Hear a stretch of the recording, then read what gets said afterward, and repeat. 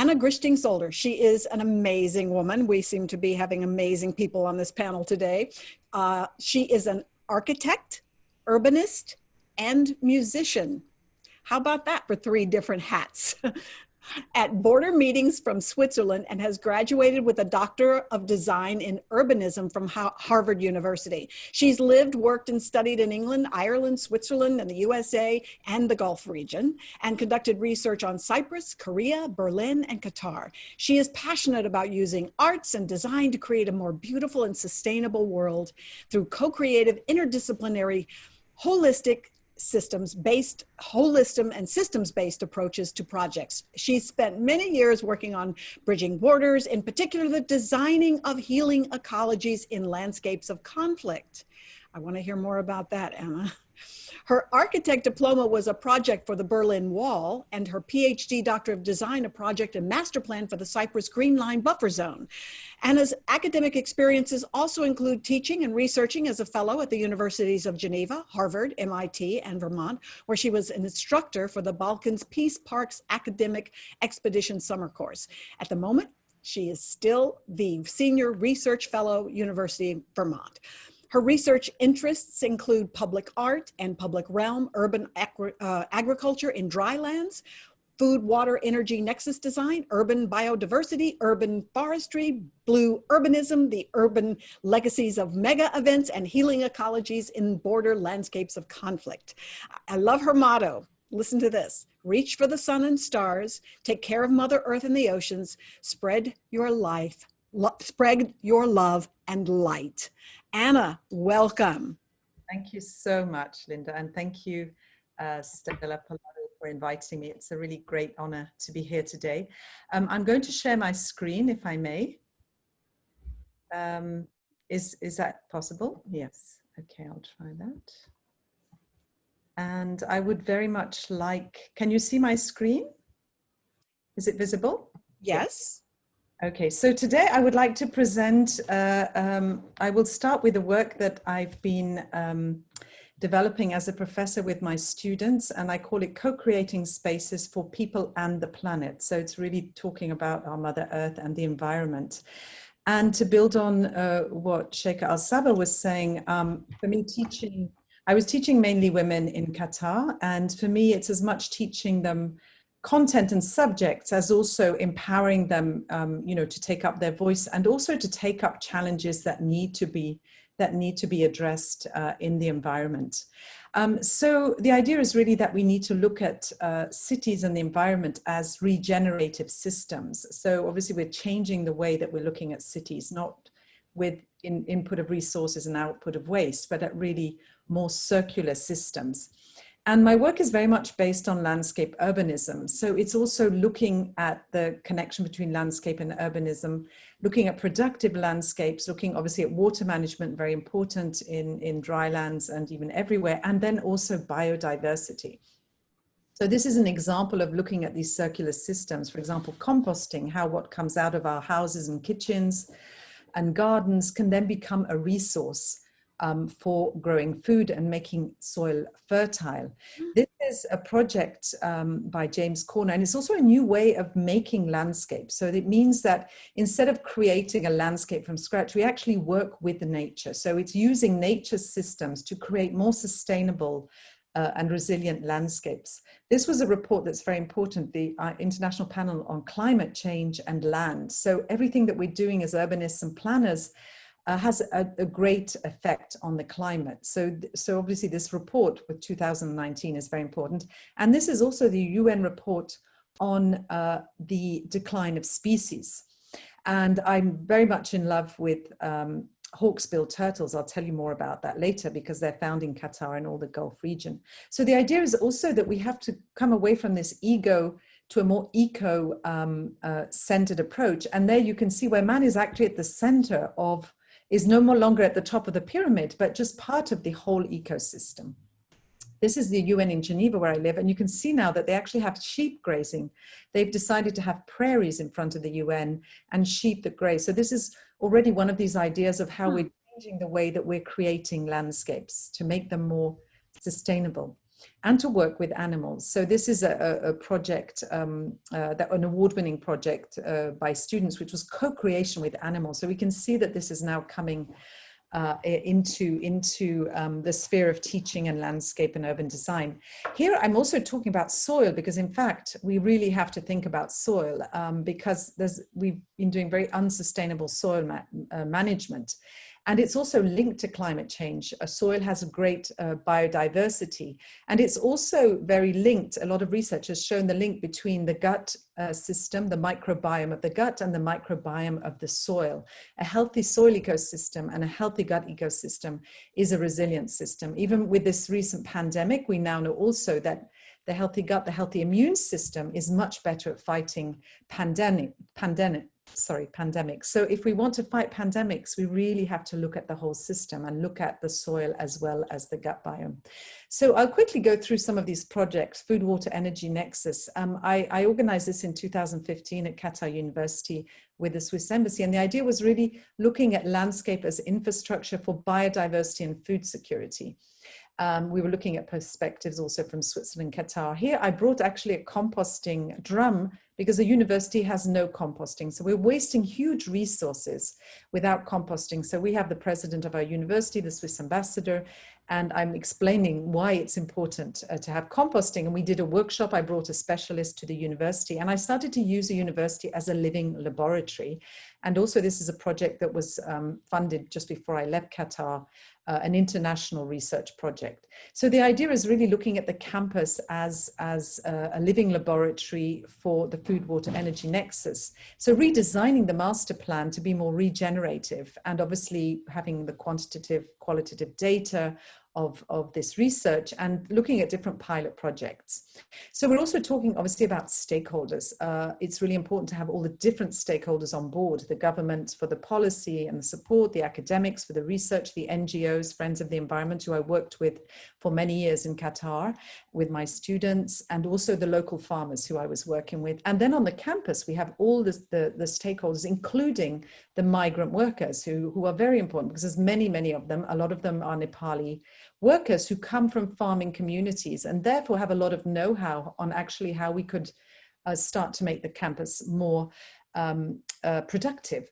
So we paired up also with a farm in Qatar, Toba Farms, and this is run by a very young, brilliant Qatari young man who's a natural healer, a doctor, but he's also building his farm with permaculture. So he's bringing in back the indigenous knowledge, of our grandfathers, from the local knowledge, but also bringing in new knowledge from other places. And so we decided to work with him. And as you could see, it's about the same scale as the farm. So we're really trying to bring this knowledge onto the farm. This is a model of the university. So we had some design charrettes with the university, the engineers, some specialists in permaculture, some architects from architectural office, my research assistants, and we started to redesign the landscape, as you can see, with biochar, composting, a food forest, biodiversity wadi, these edible boulevards, an urban water machine.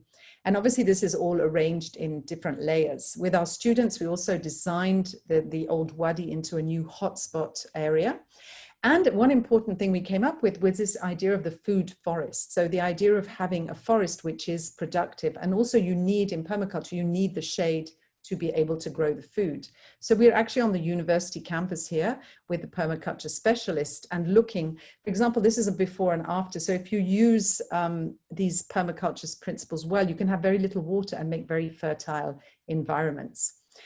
This was the composting workshop. This lady is from Chicago, specialist. So she came to Qatar and we built a composting heap with the gardeners, with our students, with architects. And then we also did some plantings. Here you can see the Nepali workers and also the Filipino maids, my students, some architects. And here we started to build a permaculture garden in the College of Engineering. This is one of the gardeners of the university, and this is the head of the landscaping, one of the Nepali workers. Then we did a design with our students for an edible garden, the one that you saw, and we did soil analysis, climate analysis in the laboratory with the Environmental Science Center, and also with a specialist in in growing food and plants locally. So we also did a case study. This is a permaculture specialist who in her house in Qatar was growing all this food. These are 2 bathtubs with salads that she's growing with the water coming directly from her washing machine. And she also had bananas, mangoes, etc. So we saw with our students, we did the case studies to see that this could really be done. So blue urban design, when I went to Qatar, I said, well, we talk about green, but there's so little water that I think we should talk about also the blue. And the blue was also a concept by Saatchi and Saatchi, which was not just about working with water, but it was going beyond the green, which means we mustn't have just passive systems, but we must give back more to the environment than we take, because we're really at a critical point. So the blue design was also this idea of giving back more than we're taking. And I published this recently in Springer, so I'm happy to share that with you. This was published with the work that we did with my students. And I also had published a book and had a big international conference looking at new directions in sustainable urbanism. And this was also looking at the social sciences, not just the hard sciences, technology, but how do we bring the social sciences and talk also about people and communities. And then also biodiversity. This was very important. I was talking about biodiversity also with my students. One of my students did her master's thesis on a wetland that we were trying to save. This is with an architect. We're doing a design charrette. I created with the students, Friends of Abu Nakla. So I was inciting them also in a bottoms-up approach. This was based on the High Line in New York, which is a bottoms-up approach to making a landscape. And so it was empowering them to say, you know, what needs to be done, and, you know, let's create an association. And we had, you know, we tried to communicate why there was such a rich diversity in this place. This was actually a wastewater pond, which gradually became a hotspot of biodiversity. You can see the location here in Qatar within the new green belt of Qatar. So that we designed this with the students as a new sort of eco hub with also growing food, biodiversity hotspot for the birds, etc.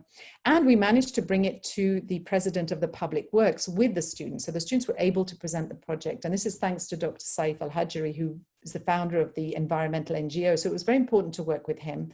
And finally, we even presented it to the Minister of Municipality and Urban Planning. Unfortunately, then they decided to commission this, but it was important for the students to be able to have this process and to believe that they can have ideas and then bring them bring them to the authorities. Here we were also visiting the food production areas in Qatar. This is a redesign for the Doha Corniche, and we're looking also at the sea level rise, looking at more permeable systems, looking at a softer edge, where we create more biodiversity, and also looking at saline water and salt water as a resource. So we're looking at saline agriculture, floating farms. So all of these new ideas of looking at the food production. And you can see that every time we're also looking at water, energy, waste, and food. In this redesign, and looking at saline agriculture. There's actually a Center for Saline Agriculture in the UAE where they're doing research on crops and saline agriculture. So instead of using all the energy to desalinate the water, we use the salt water. So public art is also very important. This was just an image during the COVID where, you know, people were exhibiting art on the balconies, but with our students, here we come to the turtles. One of the projects I got involved with, because I volunteered with turtles and I really fell in love with these Hawksbill turtles who are highly endangered, with our students. And so we promoted this idea. This is a calligraphy designed by one of my students. We promoted it as a flagship species of Qatar as the only way that we could really save it. We had a lot of public art in Qatar. This is Richard Serra in the desert, and Sheikh Al Mayasa has brought a lot of different artists there. So the students were studying public art, and we did events as well and used, these are the leaflets, but we used a sort of a performance and public art to make an installation in the university, to raise awareness. So they also created all this awareness. And we also did one with the children in downtown, in the center of town, where they had the National Day celebration. So communicating this as a national flagship species. And we also had the master students redesigning a eco beach for the turtle conservation. So we actually did also a project for the beach, working with the Environmental Science Center and always looking with sustainable systems. Another project was urban forestry. This is very important also for climate and for having a good system in the city. and the food forests, as I mentioned before. And we were looking also using the wastewater, because we have a lot of wastewater as there's a lot of desalination, to create the fresh water. So the idea was looking at the different systems of wastewater to implement the urban forestry. So this is one project you can see here for the new green belt of Qatar, which is using this treated wastewater to create these new landscapes as a sort of green belt around the city. This is another example in the West Bay in Qatar. So also looking at using water, the water that's used from buildings and recycled and urban forestry. And this is also using transit-oriented design. So it's with the new metro stations and new metro stops. So how do you create the landscape, the shaded landscape, the water, and with the transit-oriented design. Some other projects looked at the whole of Qatar, and we were looking at the mangroves and mangrove belts. So these are very important for the sea level rising as breakwaters, and also for the carbon capture. So this student was looking at, different areas to develop or regenerate the mangroves. So border landscapes. This was interesting to see in Europe how all of a sudden, after the Berlin Wall fell in 1989, we all of a sudden closed our borders recently because of the coronavirus and how cities were being closed off. I started my work in 1989 in Berlin, and Berlin was confined. And this is Herbert Sukop. He was a specialist and actually sort of invented urban ecology. Because he was confined, he could only look at the ecology and the plants that were in Berlin. And so in a way, it's always looking at this opportunity. And urban ecology has become very important today. So this is my project for the Berlin Wall. This was a water canal, a sort of memory and a scar. And this is today some of the projects. This is a strip that was kept in Berlin as a park. This is a bottoms-up project by the people.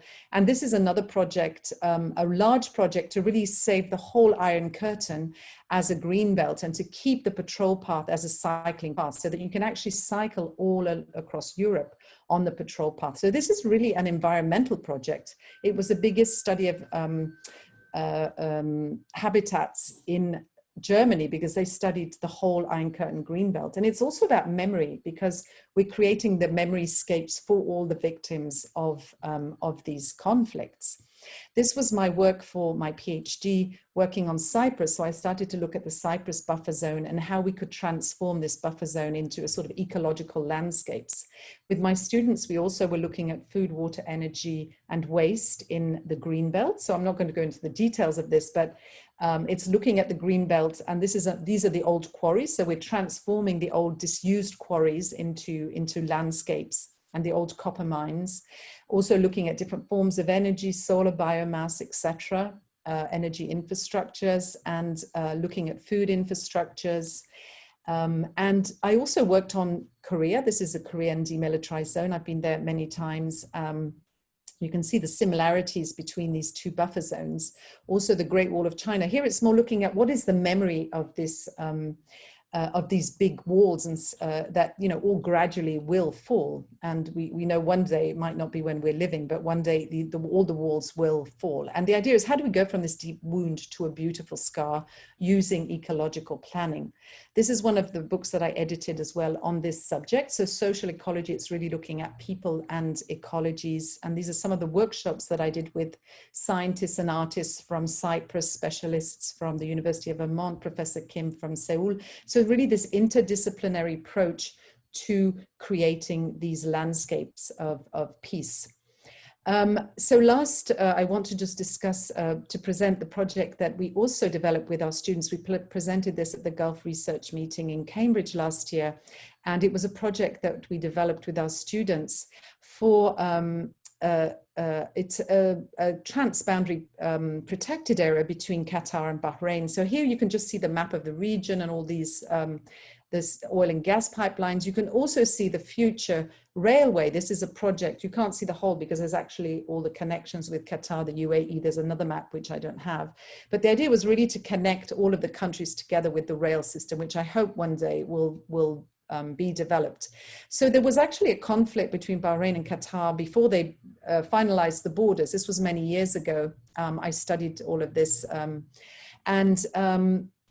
finally, the Hawa Islands, which you can see here, were awarded to Bahrain, and it was a long conflict, and actually went to the international, the International Court of Justice. So finally, the borders were drawn, and it was very important to draw the borders because, of course, if you want to exploit all the natural resources, you have to have defined borders. So the Hawa Islands is very close to Qatar. From Qatar, you can actually walk there. So here you can see the map that was made officially with the red line that was drawn to draw the boundary between Bahrain and Qatar. So what's interesting is that the Hawa Islands are a Ramsar site, in the process of becoming a Ramsar site. And on the Qatari side, you can see that this is a biosphere reserve, Al Reem Biosphere Reserve, just beside the Hawa Islands. Also, after the conflict ended, there was a project, you can see this line going across here, a project for a bridge called the Friendship Bridge, which was also going to be linking with the new the train system. So we would be, in half an hour, you could be from maybe a bit more longer, from Doha to Bahrain. So a lot of people were saying, well, this would be bad for the environment. And with our students, we try to think of it and design it. It's not very easy to understand this map, but it's actually it's actually mapping a lot of different habitats and types of soils and etc. So we decided to say, well, what if we built this bridge to be like an ecological infrastructure? And there's a lot of problems of current here. There's not enough water. So we could actually create it as something that could create energy, but at the same time become a gateway for a new protected area. So the bridge would be the gateway for this new protected transboundary protected area between Bahrain and Qatar. So this was the bridge that was proposed that would link Qatar, and also with the new high-speed rail.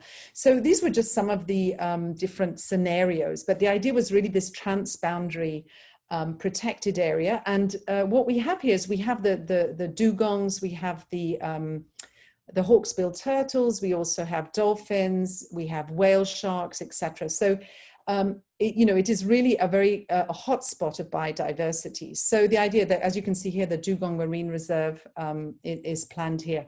So the idea is, how do we envision this as a transboundary area? Because if you want to protect the environment, you have to work across borders. So, So we know that today there's been a sort of a border dispute now also with Qatar. And so I said to my students, it's even more important to continue these projects, because in fact, when we have political disputes, scientists, NGOs, and people working on the environment, or artists, continue to work across the border. So it's important to keep developing these ideas and to work on them. So I'm going to just finish up very quickly with a project that I developed when I was in Boston. I lived in this neighborhood. So this is a very small peace park named after Frederick Douglass. And we created this with my late husband and the community. And Frederick Douglass used to have his office there, but there was no sign for him, no remembrance, no memorial space. And the young kids here did not even know who Frederick Douglass was. So we created this peace park with young students who created a memorial for Frederick Douglass. These were architecture students. And we created a stage, we created a garden. And then this developed also, I started looking at another network of public spaces, because the city was not investing in these areas, in these parts of the city. And it went on also to develop into urban farming. So I'm not going to go into this because I don't have much time, but I also want to, we talk a lot about smart cities, and I think we also have to talk about smart citizens, and I think the work of Sheikh Al-Sabeh is also about, having people who are not just smart, but who really, have a good, this positive psychology, who feel good and who are able to be good actors in society. And also agile for fragile. We also have to be more agile in our systems, also for more fragile communities, because we've seen during COVID a lot of fragile people. And this is just the last slide, that, there is no planet B. There might be a plan B, but there's no planet B. So, it's very important that we always think of the planet in everything that we do. And thank you very much for your attention. Thank you so much. Thank you very, very much. I appreciate all of your information. I'm left with one thought. I want you to rule the world. I want you to be in charge of the entire planet. Then I think we'll be in good shape. What amazing work you have done. Thank you so, so much.